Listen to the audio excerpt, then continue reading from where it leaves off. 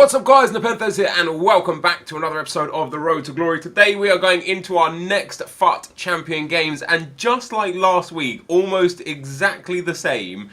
In yesterday's episode we talked about hitting the top 100 again, which we did last weekend after our first 10 games.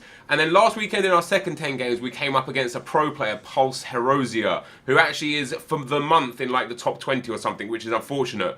Well, today we come up against Dignitas, who is, I believe, 5th in the world for the monthly leaderboards, which goes to show two things. Number one, I am at a level with ELO ratings and how that works and gameplay and such of the higher echelon of players.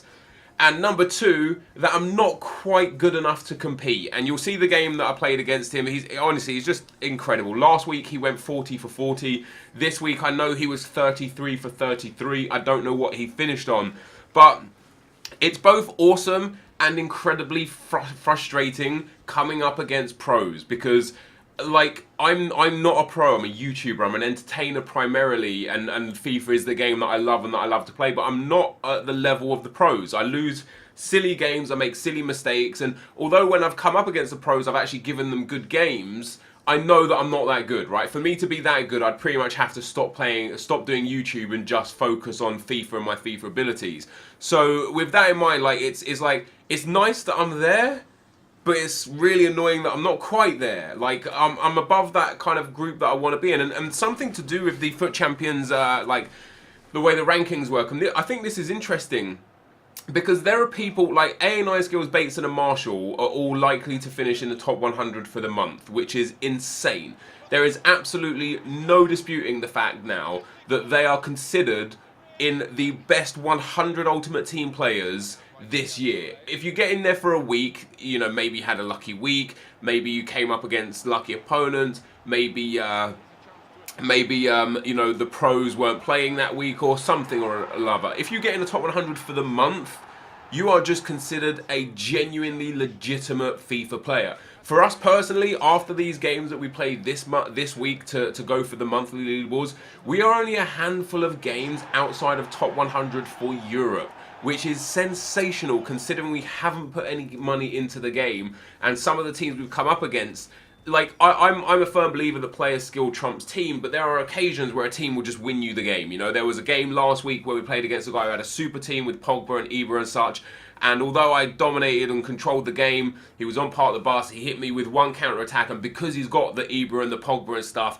he managed to score the goal that won him the game, whereas if he had, I don't know, Remy or Vardy or Musa and Lallana or something, there's a possibility that he wouldn't have scored that goal, and I might have then gone on to win on extra time or penalties. I may well have still gone on to lose, but I might have gone on to win. So in that instance, you know, and having a lesser team can be detrimental at times. And I've always said, I believe player skill is important until the player skill is even. When you get two evenly matched people, that's when the team really starts to come into play. At the point where you get two evenly matched people, the two things that are going to change the game are the team that you have and the mistakes that you make.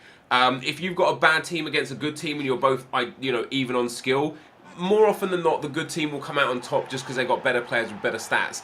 And in the same kind of vein, if you're up against someone who's evenly skilled with you and has a very similar team to you, it's going to be your errors that are the difference, not his errors, or, you know, his AI goalkeeper making super saves, or his AI defense making insane blocks, or the fact that he's on park the bus, or the fact that you've hit the post 7 times. What it will come down to is your mistakes, and that's where I think I'm falling short in getting into elite each week, because, you know, we're struggling. We're getting between sort of like 25 and 29 wins a week right now, which is great.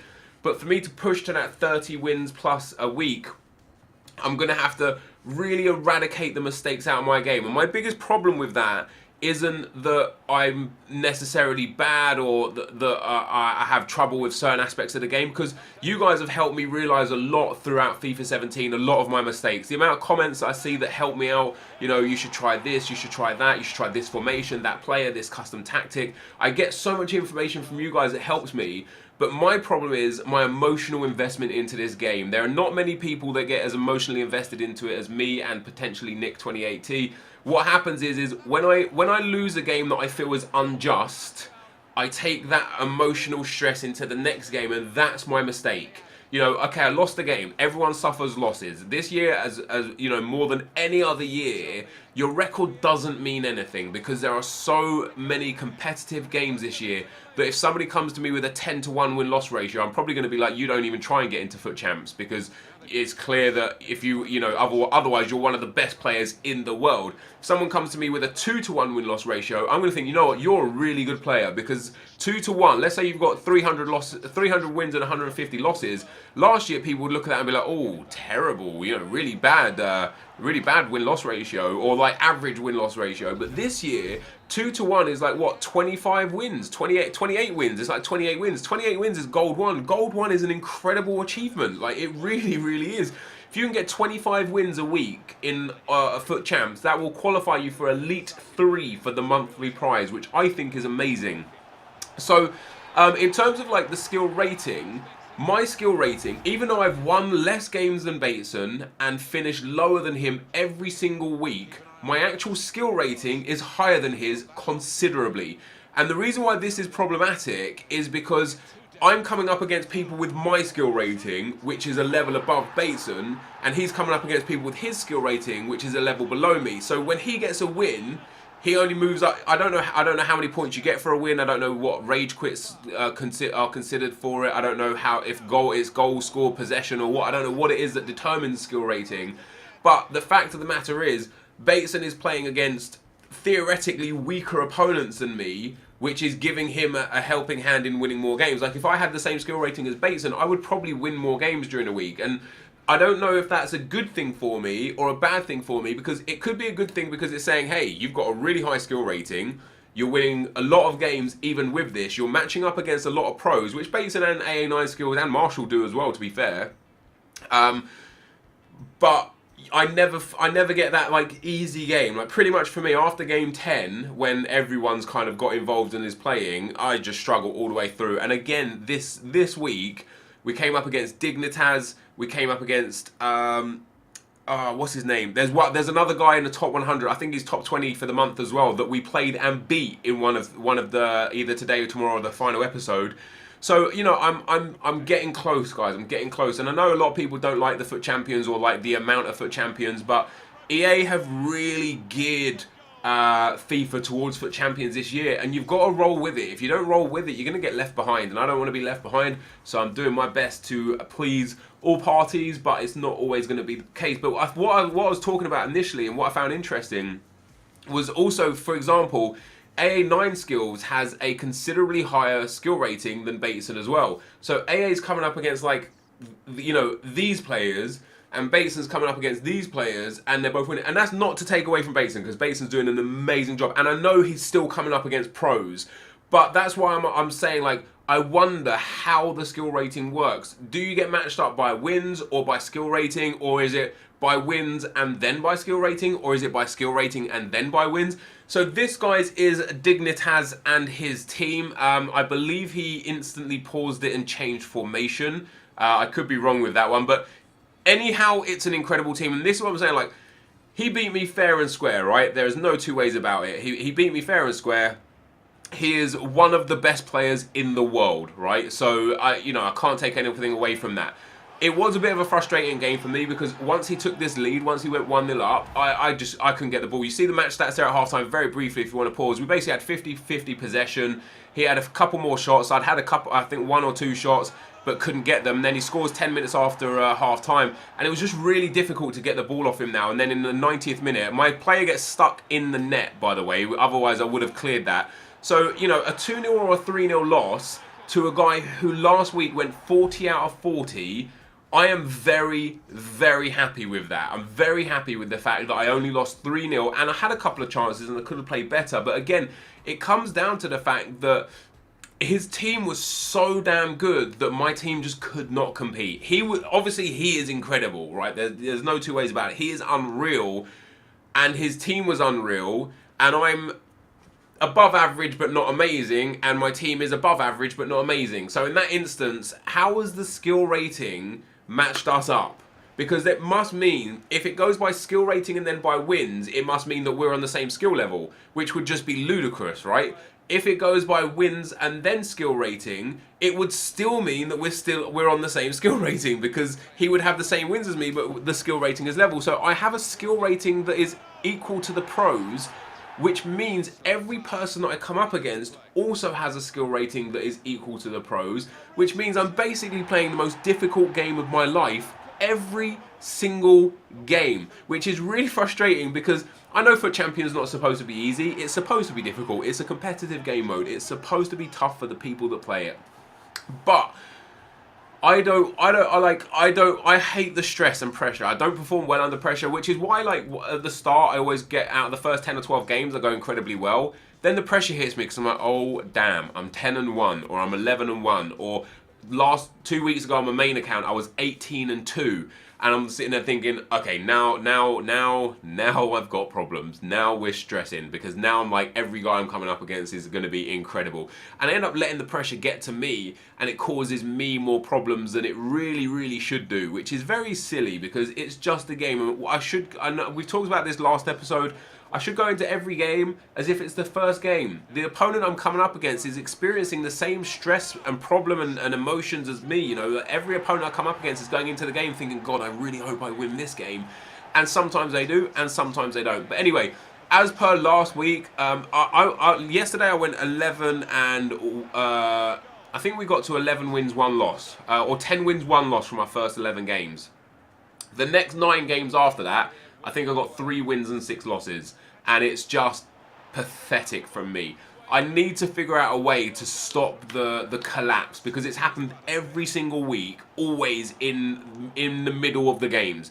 So I wonder, is it the day I'm playing? Is it harder to play on Saturdays than it is on Friday nights and Sundays? Is it just the fact that once you get into silver and low gold that you're coming up against harder people? Is it the fact that more people are playing? Like, I don't know what it is, but ultimately it is. It's a stress and it's a struggle, and I don't like it. I really don't like it. Now, something that's interesting to me, and I was going to talk about some questions that I've got for this video from the last video, but I'll actually do that next video now, because we're getting on in this video. And I still want to talk about tactics and formations. Now, one thing that the pros do quite a lot is start with a team. They then change formation in-game, and quite often make substitutes and go from there. And also they have a bronze bench. Almost every pro has the 4 lowest bronze players and then 3 super subs. Some of those guys make those super subs straight away. Some of them make 1 or 2 straight away and leave 1 or 2 for later on in the game. And some of them don't make any straight away and carry on. Now, another guy who went 40 or 40 this week, Kurt, who is a fantastic FIFA player.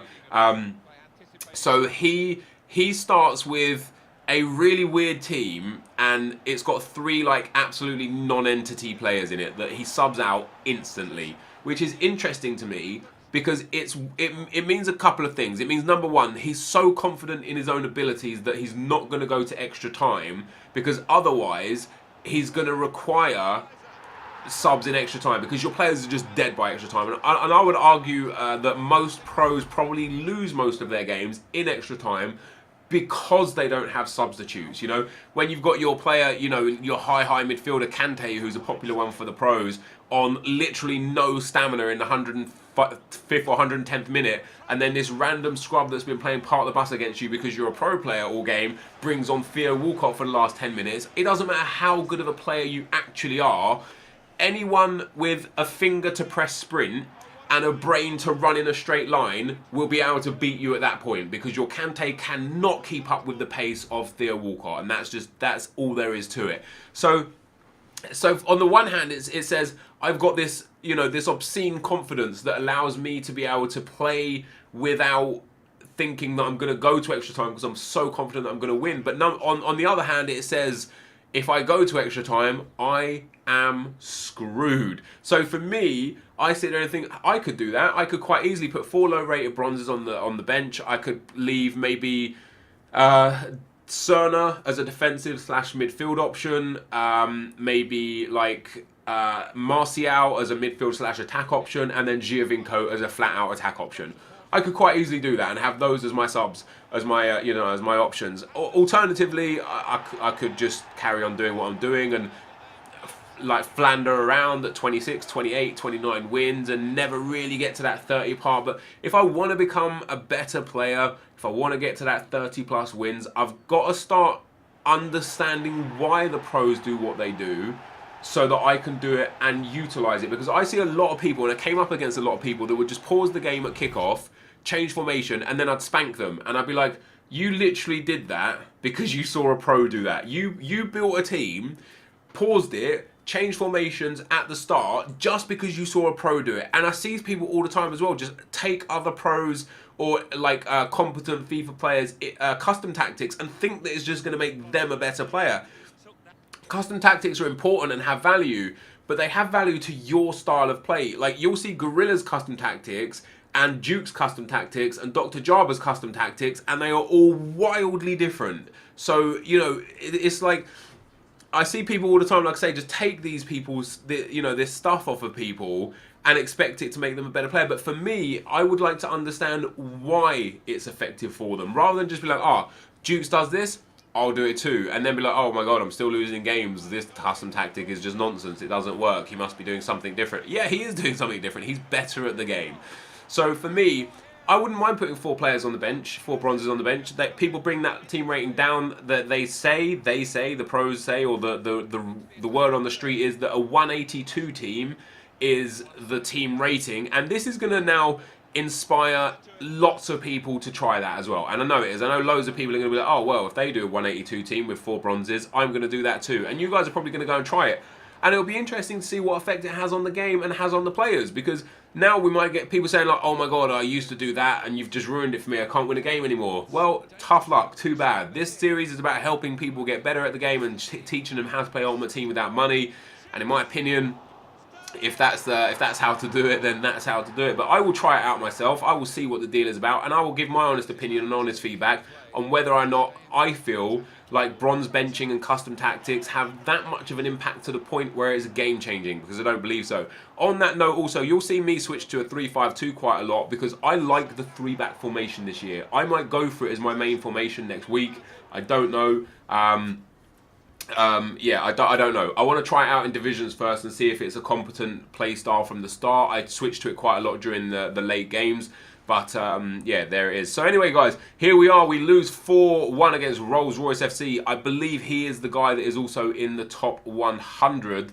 But this is going to be the end of the video. Hopefully you enjoyed it. If you did, be sure to leave a like, rating, comment, and subscribe to my channel if you haven't already. But for now, guys, I'm out. Peace.